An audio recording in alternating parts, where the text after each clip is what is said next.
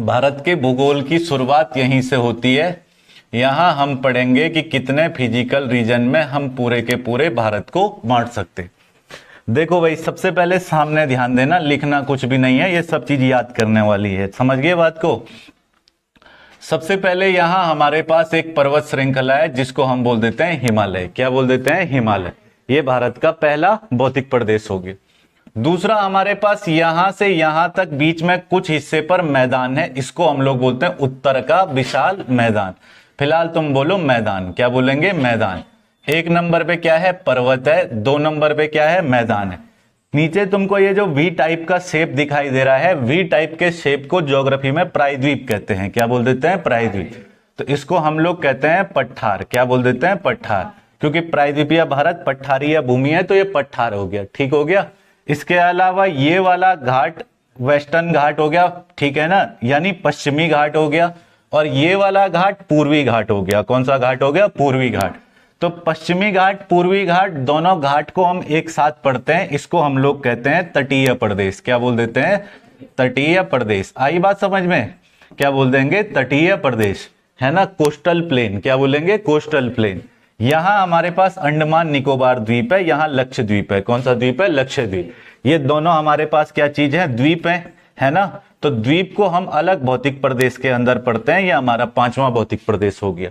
छठवां हमारे पास राजस्थान में यहाँ पे मरुस्थल है, तो मरुस्थल को हम अलग से पढ़ेंगे। यहाँ पे थार का मरुस्थल है। कौन सा मरुस्थल है? थार का मरुस्थल। ठीक है भाई, कौन सा मरुस्थल है? थार का मरुस्थल। तो कितने भागों में बांट सकते हैं भारत को? 6 भागों में। अब सामने मेरे साथ बोलना, देखो सबसे पहला क्या है? पर्वत। सबसे पहला क्या है? पर्वत। पर्वत के बाद मैदान, मैदान के बाद पठार, पठार के बाद तटीय प्रदेश। क्या हो जाएगा? तटीय प्रदेश। तट के बाद द्वीप, द्वीप के बाद मरुस्थल। क्या हो जाएगा? मरुस्थल। देखो ये अच्छे से पता होना चाहिए। सबसे पहले बोलो पर्वत, पर्वत के बाद मैदान, मैदान के बाद पठार, पठार के बाद तट, तट के बाद द्वीप, द्वीप के बाद मरुस्थल। केवल तट बोलो, समझ गए बात को? ध्यान देना, सबकी आवाज एक साथ, जब तक तुम बोलोगे नहीं तुमको आएगा नहीं। ध्यान से सामने देखो। सबसे पहला बोलो हिमालय, सबसे पहले पर्वत, सबसे पहला पर्वत, दूसरा मैदान, तीसरा पठार, चौथा तट, पांचवा, छठवां मरुस्थल। बता दोगे अभी? ये बोलो, सबसे पहला, दूसरा, तीसरा पठार, चौथा तट, पांचवा, छठवां मरुस्थल। बता दोगे अभी? बिना मार करे बता दोगे? ये बोलो क्या है? ये क्या है? ये क्या है? ये क्या है? मरुस्थल। कितने भाग हो गए टोटल? 6। भारत को कितने भागों में बांटा सकता है? 6 भागों में। भारत के भौतिक प्रदेश जो हैं वो कितने हैं? 6 हैं। 6 भी होंगे, एनसीईआरटी में 5 लिखे हैं। थार के मरुस्थल को अलग नहीं करेंगे तो कितने हैं? 5 हैं। अगर अलग करके लिख देंगे तो कितने हैं? 6 हैं। तो उससे कोई फर्क नहीं पड़ता, 5 या 6 भागों में हम विविधता से बांट सकते हैं। हर जगह की स्थिति अलग अलग है। सबसे पहला है हमारे पास हिमालय। क्या है? हिमालय।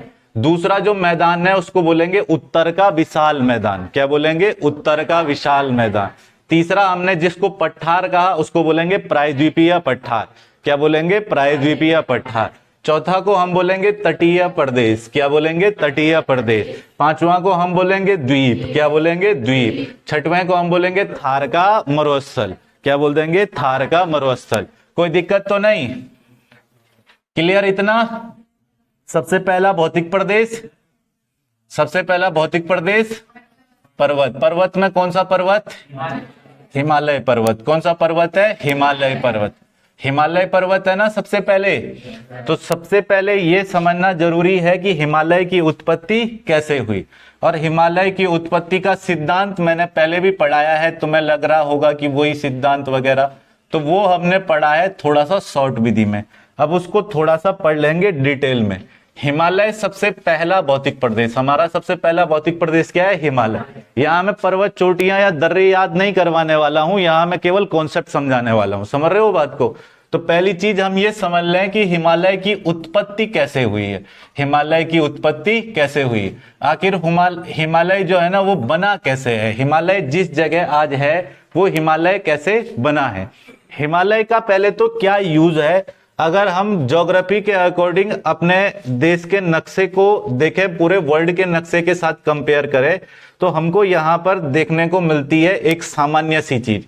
ये दुनिया का नक्शा है, ये नक्शा इतना क्लियर नहीं है। अगर एशिया के नक्शे की हम बात करें, किसके नक्शे की, एशिया के नक्शे की, तो एशिया के नक्शे में तुमको देखने को मिलेगा कि हमारे देश का पूरा तुमको क्लियर से समझ जाओगे। वहां पे समझ सकते हो कि क्या क्या चीजें इसके अंदर हैं। तो ध्यान देना भाई थोड़ा सा। एशियन पेंट हो गया, एशियन पेंट दिखा रहे।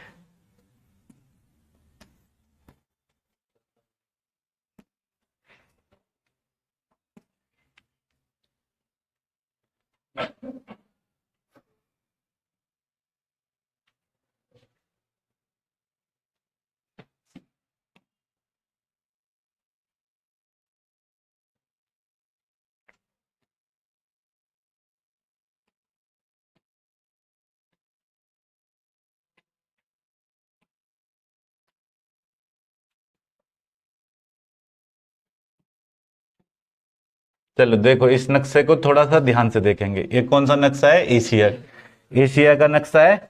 इसमें सबसे ऊपर तुमको एक देश दिखाई दे रहा है, यहाँ पे रशिया। कौन सा देश दिखाई दे रहा है, रशिया।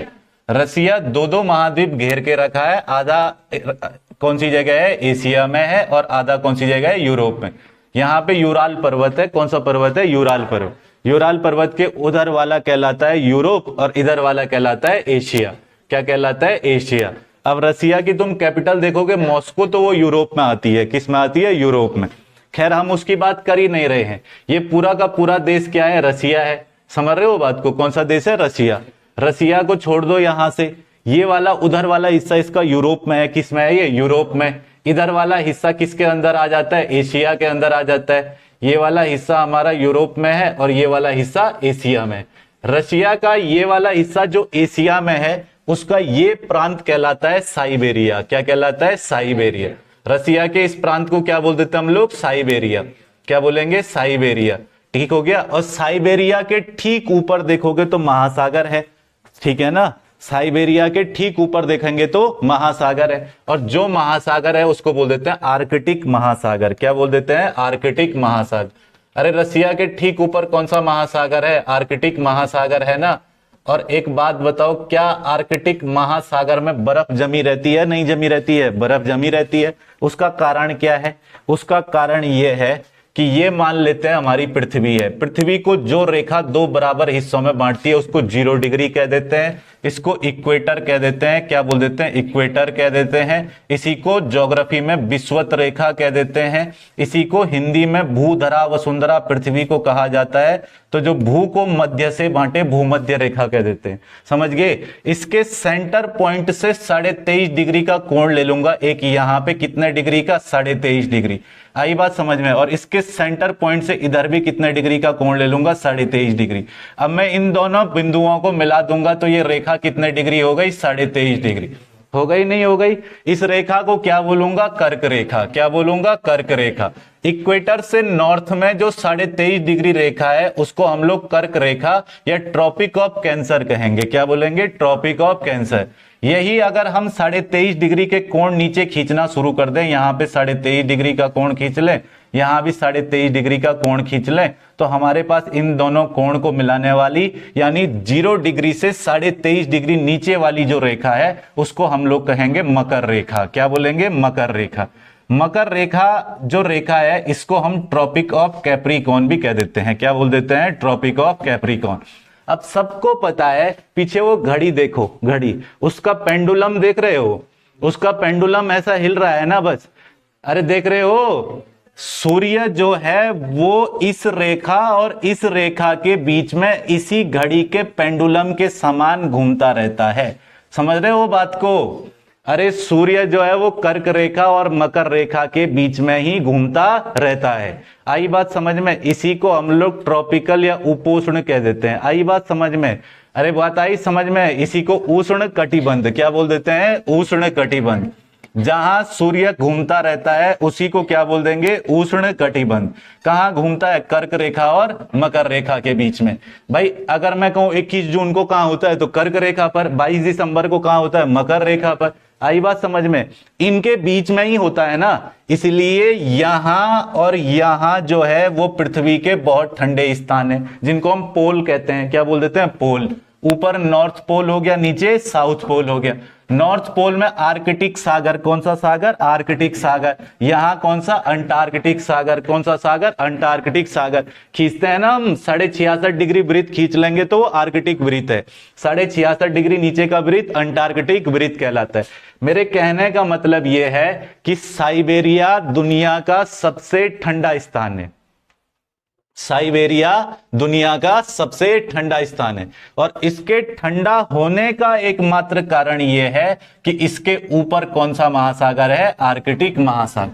कौन सा महासागर है, आर्कटिक महासागर। इस आर्कटिक महासागर में जम जाती है बर्फ। क्या जम जाती है, बर्फ।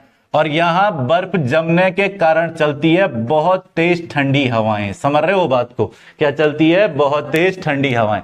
ये हवाएं इस तरीके से चलती है, बिल्कुल इस तरीके से चलती हुई आती है आगे। समझ रहे हो बात को, इस तरीके से चलती हुई आती है आगे।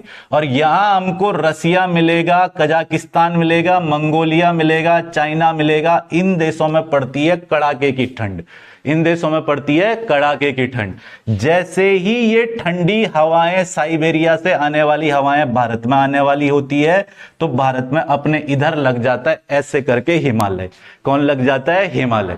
यानी साइबेरिया से आने वाली ठंडी हवाओं को भारत में आने से कौन सा पर्वत रोक रहा है, हिमालय पर्वत। कौन सा पर्वत रोक रहा है, हिमालय। अरे समझे बात को, साइबेरिया प्रांत से आने वाली ठंडी हवाओं को भारत में आने से कौन रोक रहा है, हिमालय। एक दिन के लिए हिमालय हटा दो यहां से, उत्तर प्रदेश बिहार आधा ठंड से गायब हो जाएगा। समझ रहे हो बात को। तो ये ठंडी हवाएं भारत में प्रवेश करेंगी सीधे, और भारत में इनसे लड़ने के लिए उतनी क्षमता का विकास नहीं है। समझ रहे हो बात को, क्योंकि भारत की जलवायु के अनुसार व्यक्ति की क्षमता निर्भर करती है ना। जैसे चीन का व्यक्ति उतना ठंडा झेल सकता है, भारत का व्यक्ति उतना ज्यादा ठंडा नहीं झेल सकता। उत्तर प्रदेश में तो लू चलती है। समझ रहे हो बात को। अब ये लू वगैरह के जो मैदान होते हैं, इनमें बहुत ज्यादा गर्मी होती है, और साइबेरिया से आने वाली इतनी ठंडी हवाएं अगर भारत में प्रवेश करेंगी तो इनसे लड़ना यहां अचानक आसान नहीं है। इनसे भारत को बचाने वाला जो पर्वत है वो कौन सा पर्वत है, हिमालय पर्वत। समझ गए बात को। अब हमको समझना यह है कि हिमालय की उत्पत्ति कैसे हुई। किसकी उत्पत्ति, हिमालय। आखिर ये हिमालय यहां आया कहां से, आखिर ये हिमालय यहां कहां से आया। ये बहुत बात की बात है कि प्लेट टेक्टोनिक थ्योरी है, ये बहुत बात की बात है कि हमारे पास टेथिस सागर है, पेंजिया है, वो सब बहुत बात की बात है।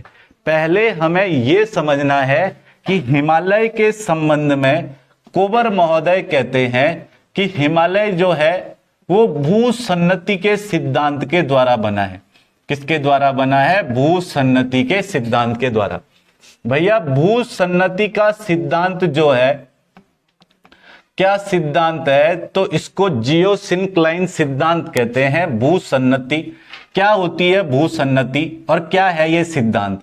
तो सबसे पहले यहां पर एक बात समझनी पड़ेगी हमको कि भूसन्नति के संबंध में पहली अवधारणा, पहली बार भूसन्नति की जो विचारधारा है, भूसन्नति की जो विचारधारा है, उस भूसन्नति की विचारधारा को पहली बार एक वैज्ञानिक ने प्रयोग किया जिनका नाम है जेम्स हॉल। क्या नाम है, जेम्स हॉल। और इनके एक साथी थे जेम्स डी डाना, जिनका नाम हमने पहले भी लिखा, जेडी डाना। कौन है, जेडी डाना। जेडी डाना के बारे में बताया था तुमको, आर्कियन शब्द सबसे पहले इन्होंने ही प्रयोग किया था 1782 में। देखो भाई, भूसन्नति जो है, भूसन्नति का सिद्धांत या भूसन्नति की विचारधारा सबसे पहले किन्होंने दी, तो जेम्स हॉल और जेडी डाना। ये दोनों के दोनों अमेरिकी भूवैज्ञानिक है। दोनों के दोनों क्या है, अमेरिकी भूवैज्ञानिक। समझिए बात को। अब समझना मेरी बात को कि ये दोनों क्या कह रहे हैं। भूसन्नति बहुत पुरानी अवधारणा है, ये अवधारणा काफी पुरानी है। अब इस अवधारणा के स्थान पर प्लेट टेक्टोनिक आ गया है तो हम उसको मानते हैं, लेकिन भूसन्नति की अवधारणा क्या थी पहले उसको समझना जरूरी है। भूसन्नति हम किसको कहते हैं? तो भूसन्नति हम किसी ऐसे महासागर को कहते हैं जो कि छिछला महासागर होता है। कैसा महासागर होता है? छिछला महासागर होता है। और इस छिछले महासागर की जो तली होती है, इस छिछले महासागर की जो तली होती है, इस तली में धसाव पाया जाता है अवसादीकरण के कारण। किसके कारण? अवसादीकरण के कारण। नहीं समझे? कोई महासागर छिछला महासागर कब कहलाता है? जब वो बहुत कम गहरा हो। जब कोई भी महासागर क्या हो? बहुत कम गहरा। कोई भी नदी बहुत कम गहरी है तो उसको छिछली कह देते हैं। कैसे कहते हैं? छिछली नदी है। आई बात समझ में? कोई नदी बहुत कम गहरी है तो छिछली नदी है। कोई सागर में पानी बहुत कम है तो कैसा सागर है? छिछला सागर है। समझ गए बात को? तो छिछला सागर या छिछली नदी का मतलब जिसमें पानी की मात्रा बहुत कम है। अब अगर किसी में पानी की मात्रा बहुत कम है तो उसको क्या कह रहे हैं? छिछला सागर। छिछले सागर में अगर पानी कम है तो ज्यादा क्या है? ज्यादा होता है अवसाद। ज्यादा क्या होता है? अवसाद। अवसाद क्या होता है गुरुजी? अवसाद होती है मिट्टी हो सकता है, अवसाद कंकड़ पत्थर हो सकते हैं। क्या हो सकते हैं? कंकड़ पत्थर हो सकते हैं। नदी के अंदर अपरदन की क्रिया से जो भी आता है वो सब अवसाद है। मिट्टी, कंकड़, पत्थर वगैरह बहुत सारा नदी में दिखाई देता है, वो अवसाद है। तुम यहां पुल पे से नीचे नदी देखो तो पानी कम दिखेगा, कंकड़ पत्थर ज्यादा दिखेंगे। मिट्टी, रेत, कंकड़ पत्थर ज्यादा दिखेंगे। दिखेंगे या नहीं दिखेंगे? वो क्या है? छिछली नदी है। कैसी नदी है? छिछली नदी। जिस नदी में पानी कम है, मिट्टी, कंकड़ पत्थर की मात्रा अधिक है, उसको हम कैसी नदी कहते हैं? छिछली नदी। तो जेम्स हॉल और जेडी डाना ने क्या कहा कि ऐसा कोई भी महासागर, ध्यान देना सामने, ऐसा कोई भी महासागर जो कि छिछला महासागर हो तथा उसकी तली में धसाव पाया जाता हो अवसादों के कारण। किसके कारण? अवसादों के कारण। समझ रहे हो बात को? ऐसे महासागर की आकृति को ही हम क्या बोल देते हैं? भूसन्नति। क्या बोल देते हैं? भूसन्नति। या फिर इसी को जियोसिंक्लाइन कह देते हैं। क्या बोल देंगे? जियोसिंक्लाइन।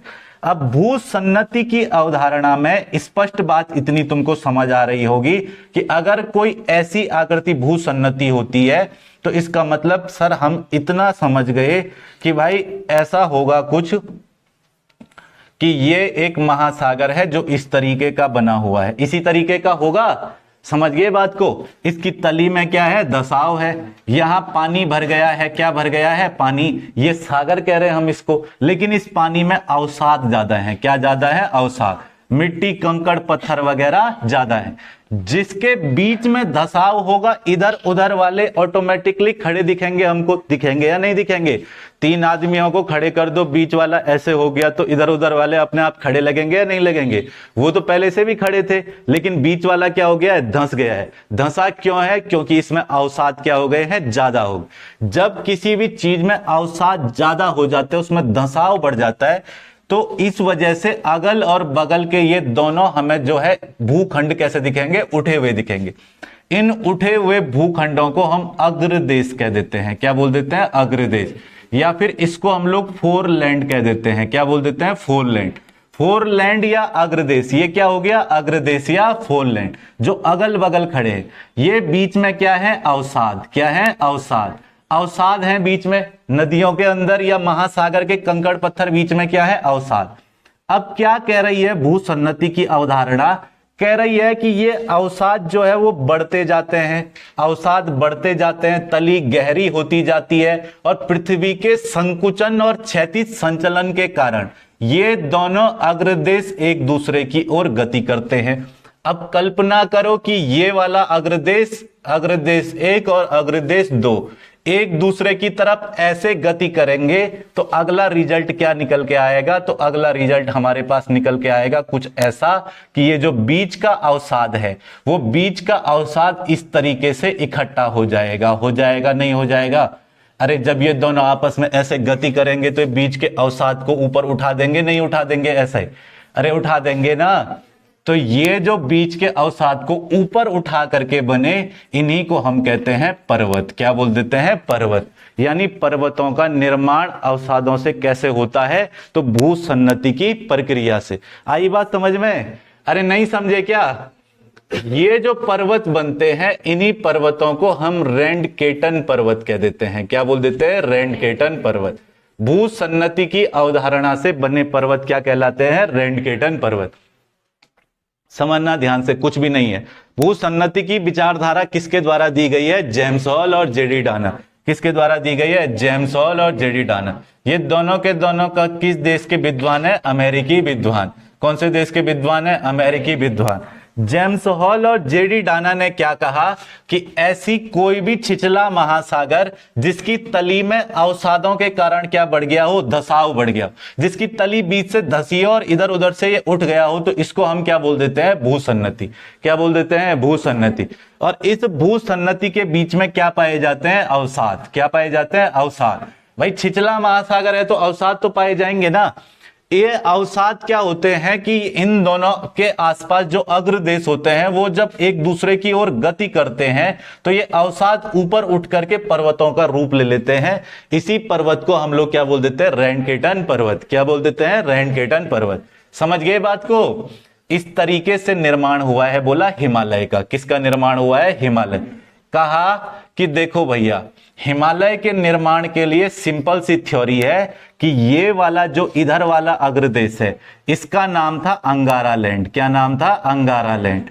इस वाली अग्रदेश समझाए ना तुमको? फोल लैंड। इस फोल लैंड का नाम क्या था? अंगारा लैंड। आई बात समझ में? और इस फोल लैंड का नाम था गोंडवाना लैंड। क्या नाम था? गोंडवाना लैंड। गोंडवाना लैंड।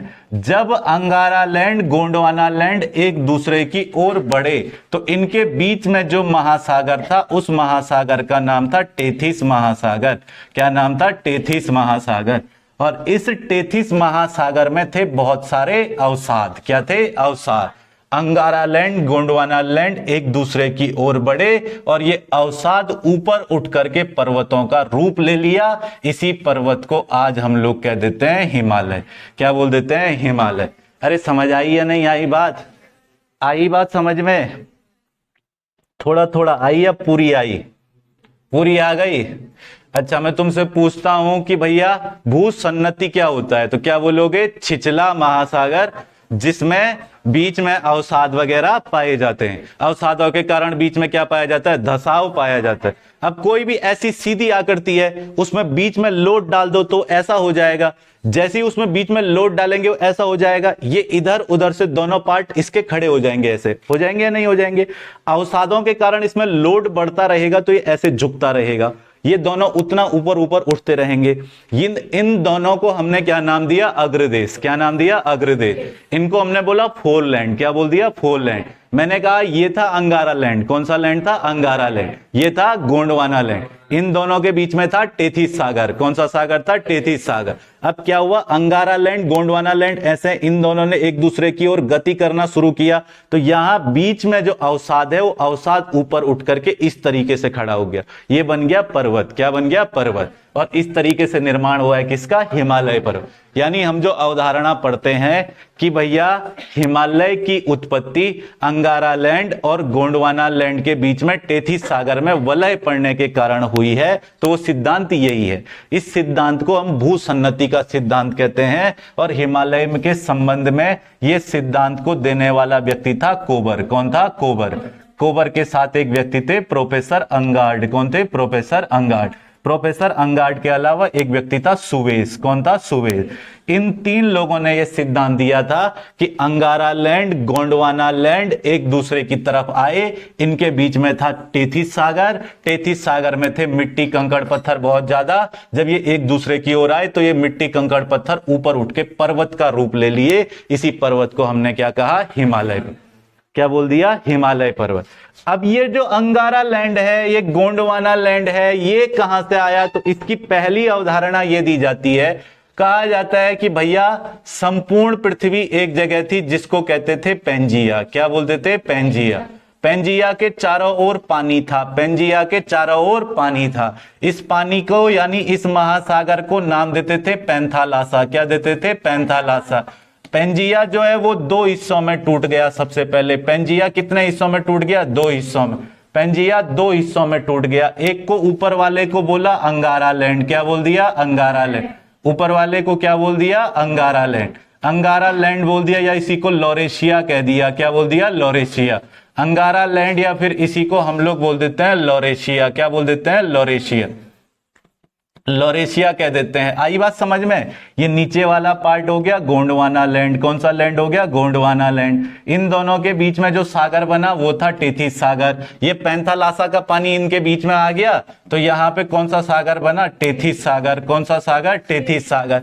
अब अंगारा लैंड की नदी भी जल गिराएगी टेथिस सागर में, गोंडवाना लैंड की नदी भी जल गिराएगी किसमें? टेथिस सागर में। और इसमें नदी, क्योंकि जल गिराने के साथ, नदी जब जल गिराएगी तो केवल जल थोड़ी गिराएगी, मिट्टी, कंकड़, पत्थर बहुत कुछ गिराएगी। इन दोनों ने एक दूसरे की ओर गति की, बीच में उठ करके पर्वत बन गया, उसी को बोलते हैं हिमालय।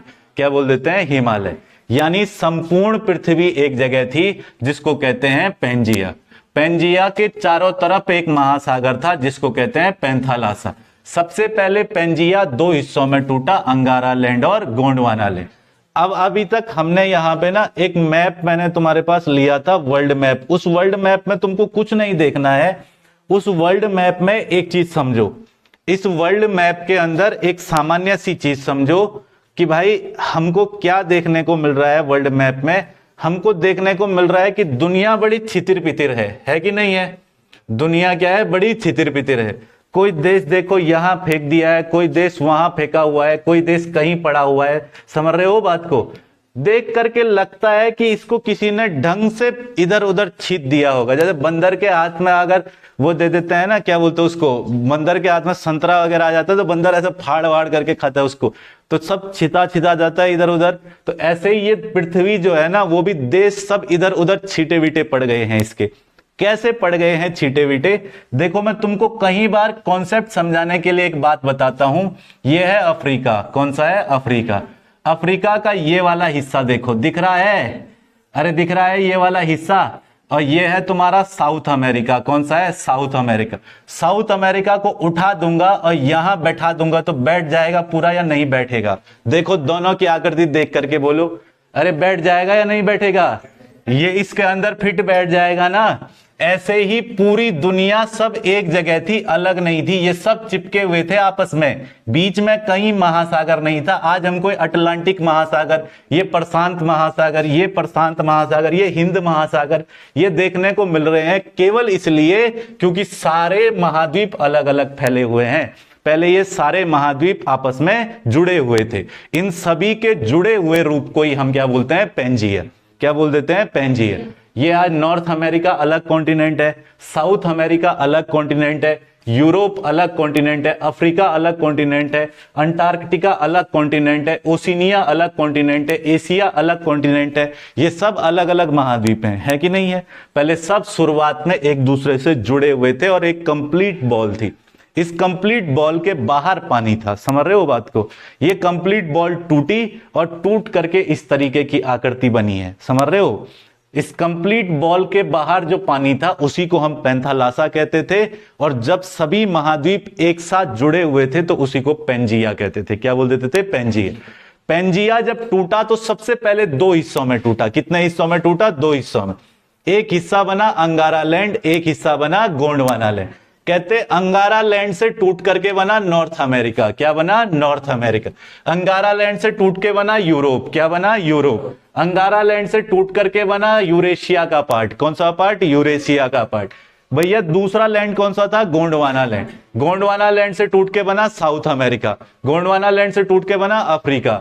गोंडवाना लैंड से टूट के बना प्रायद्वीपीय भारत। कौन सा बना? प्रायद्वीपीय भारत। और गोंडवाना लैंड से टूट के बना ऑस्ट्रेलिया। समझ रहे हो? यानी दो हिस्से थे। अंगारा लैंड से ऊपर ऊपर वाले बन गए सारे, ये ऊपर ऊपर वाले सारे किससे बन गए? अंगारा लैंड से। और नीचे नीचे वाले सारे किससे बन गए? गोंडवाना लैंड से। समझ गए?